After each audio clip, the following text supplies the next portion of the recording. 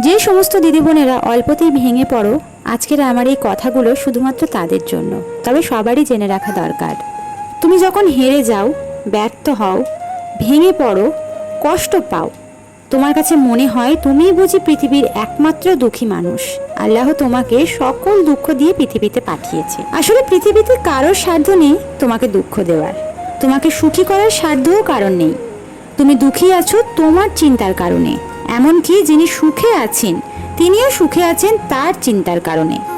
আসলে আমাদের চারপাশে ঘটে যাওয়া ঘটনাগুলিকে কে কিভাবে দেখছে সেটি নির্ধারণ করে তোমার অনুভূতিতে সুখ থাকবে না দুঃখ থাকবে। আচ্ছা, একবার ভেবে বলো তো, তুমি নিজেই নিজেকে সম্মান করো?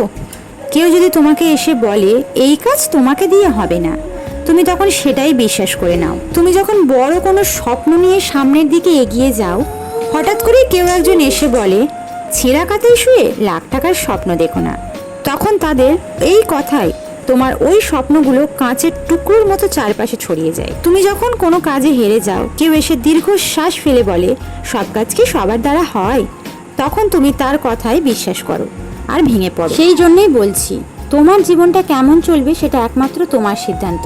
তাই কোনো দিকে কান না দিয়ে চোখ কান বন্ধ রেখে লক্ষ্য স্থির রেখে সামনের দিকে এগিয়ে যাও, সফলতা আসতে বাধ্য।